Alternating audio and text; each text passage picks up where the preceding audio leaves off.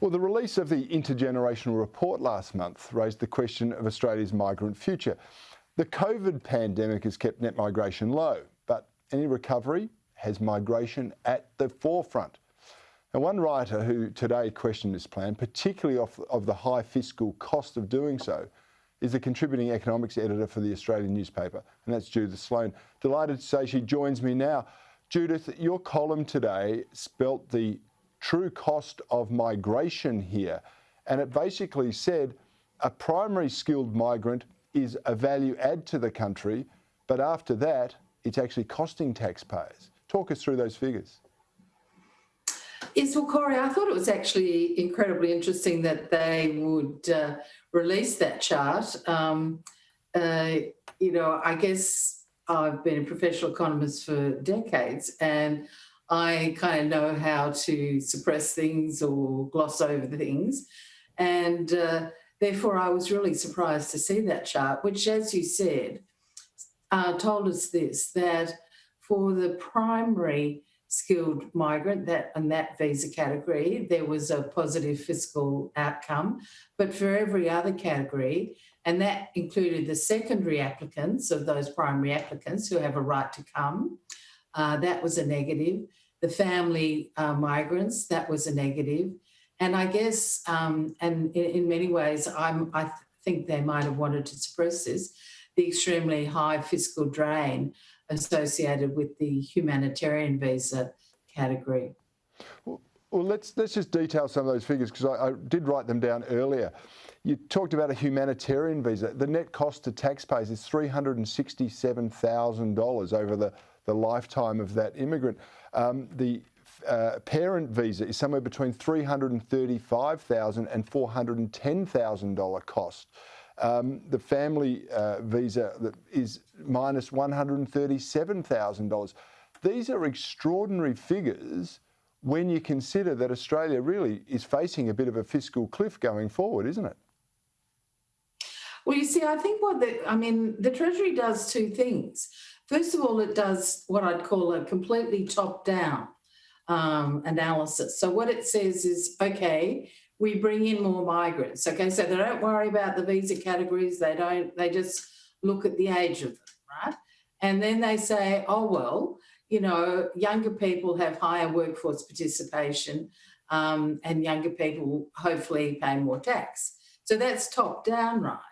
But actually, if you drill it from the bottom and you look at actually who the migrants are, you find that, for example, and I think this was a very telling revelation in my column, was that in the 160,000, which is the current permanent migration program, only about 27,000. So 27,000 of 160,000 are these the primary skilled migrants, and they're the only ones that generate a fiscal boost. So, someone I think at Treasury never bothered to check the consistency of their top-down approach, which I think has got holes in it, with the more detailed analysis of who we let in. Now, I've been having over the past few days some fairly rancorous discussions with some of my economist friends, because there certainly are some economists who are extremely pro-immigration.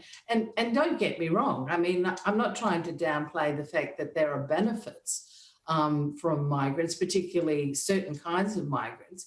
But I mean, we have to see it in a total context of both benefits and costs, and that's my point. So do you think, Judith, that Treasury have released this report, they were hoping no one truly understood the table that you've seized upon, and that's why you described it as a one-day wonder, because it's a story of doom and gloom for Australia, that we are dependent on 1/5 of the migrant population that's coming in, or the migrant intake, to prop up the remainder of it?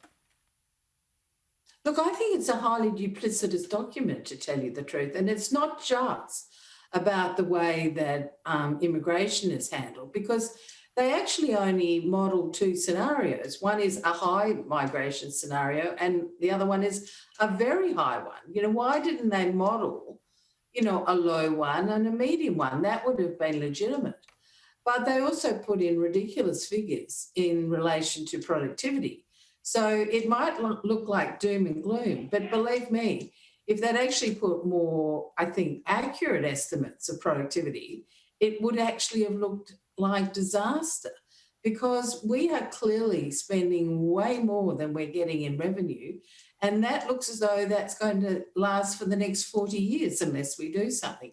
Of course, Cory, it's not going to last for the next 40 years because there will be some major adjustment at some point in time, and things will change. But I thought it was an extraordinary document. I mean, let me go back to that issue of immigration. There are plenty of countries around the world that are older than us, right? They have an older age structure than us, and they have low population growth. But if you go and look at their treasuries, none of them are saying, oh, we're going to boost immigration, this is the way forward. This seems to become the Australian way. It does, Judith, and maybe we can take some comfort that the intergenerational reports have been so wrong over the years that one has no relationship to the next. We'll have to cling to that hope. Judith, Sloan, I really appreciate your time tonight, and well done on your column today. It was outstanding. Thanks very much, Cory.